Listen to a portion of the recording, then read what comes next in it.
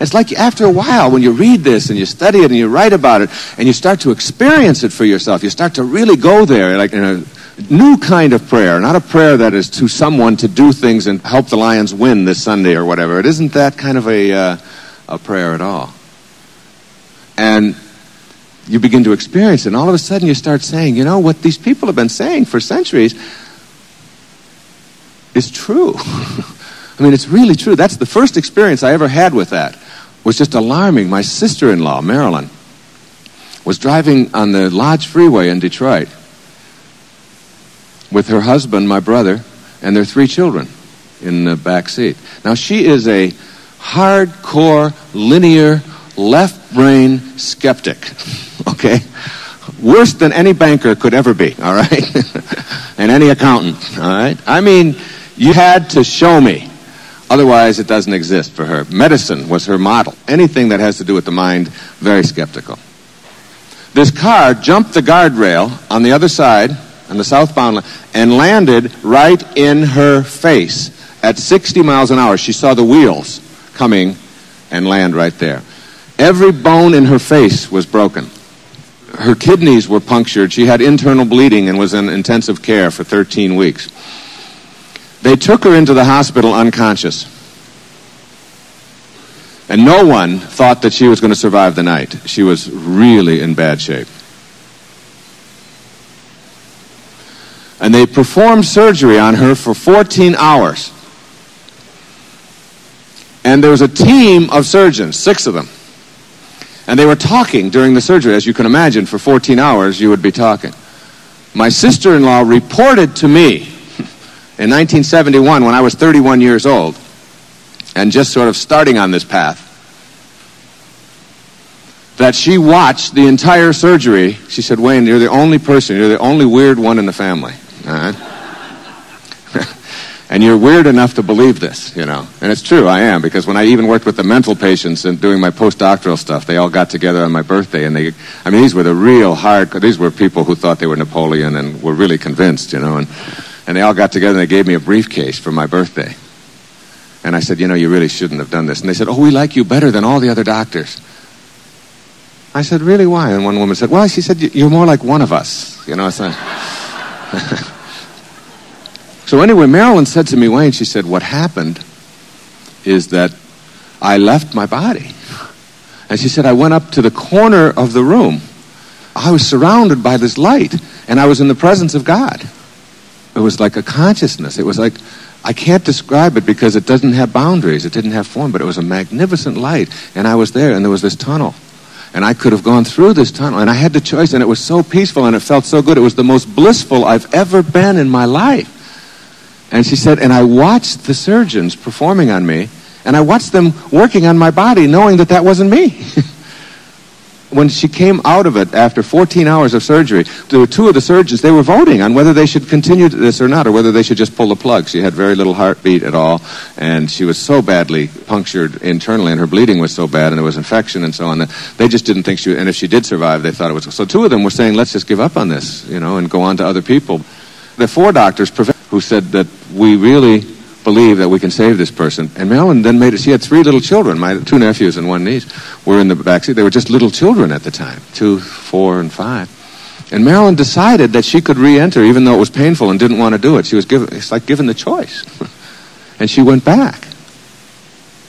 And when she came out of it, she told the surgeons which ones had said, let's give up on it, and which ones had said, let's stay with it. And she had gave them word for word what they had said in this event.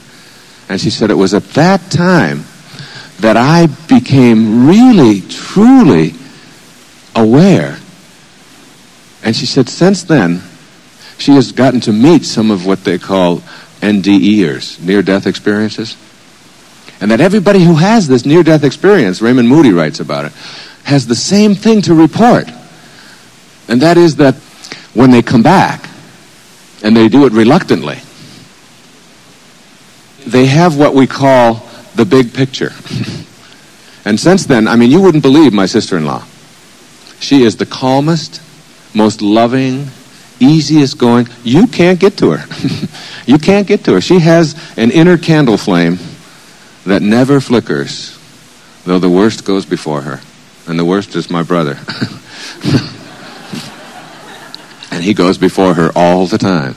And he's very linear. He's an insurance judge. He's a wonderful, loving, beautiful person. All of his stuff is motivated out of caring and concern. He wants to always, but he wants to do so damn much that it becomes like, all right, enough. I got the map. All right, yeah, but do you know which turn to make? Yeah, I know. And it's half an hour of that kind of. And she just sits there and just reads. And when there's a family squabble and people get themselves all upset, she just picks up a book and just excuses herself. And she goes over into the corner, and the kids say, you know, when someone will be around, their friends, they say, what's with your mom? And they all say, oh, she's got the big picture. It's like having the big picture. And these people, all of them report when they come back from that, they have this like near-death experience. It's like tension and stress and anxiety and fear and all of that stuff that occupies so much of our lives is just gone. It's just not a part of the consciousness any longer. My suggestion is that we don't have to have that kind of traumatic event happen to our form to understand the universal principles and to surrender to them and to make them work every day in our life. That we don't have to go there. That we can unmuddle all of this metaphysical psychobabble jargons kind of stuff and begin to live the spiritual life and have the understanding that we are truly spiritual beings having a human experience, and that the quality of that human experience is only available to us through our thoughts, through our mind, through our divine connection. And that whatever your religious belief, whatever label you place on yourself, try not to think of yourself as Christian. Try to be Christ-like, and you'll know what I'm talking about. Try not to think of yourself as Jewish, but be Jehovah-like, or Buddha-like, or Muhammad-like. These were not people who were asking anyone to deify idols and wooden deities and an orthodoxy. But instead we're talking about kindness and love and forgiveness and gentleness and spirit, and that we're all connected, and you begin to live that way. And it's really quite an easy thing to do.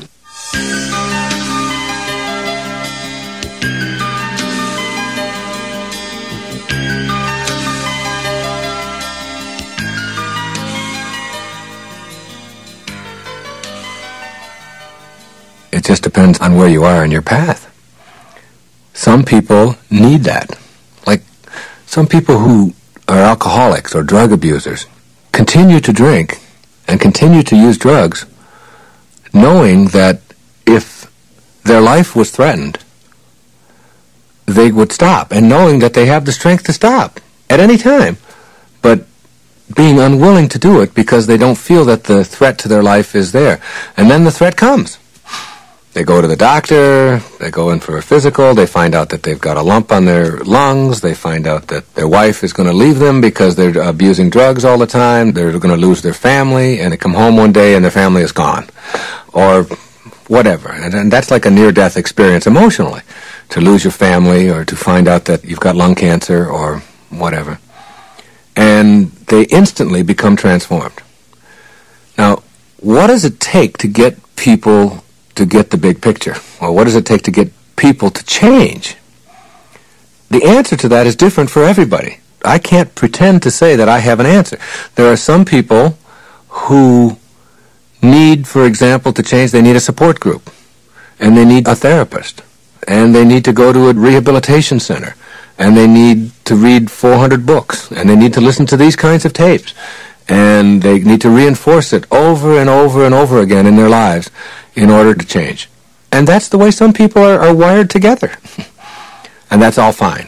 And if that's how your internal circuitry works, then by all means, go with it.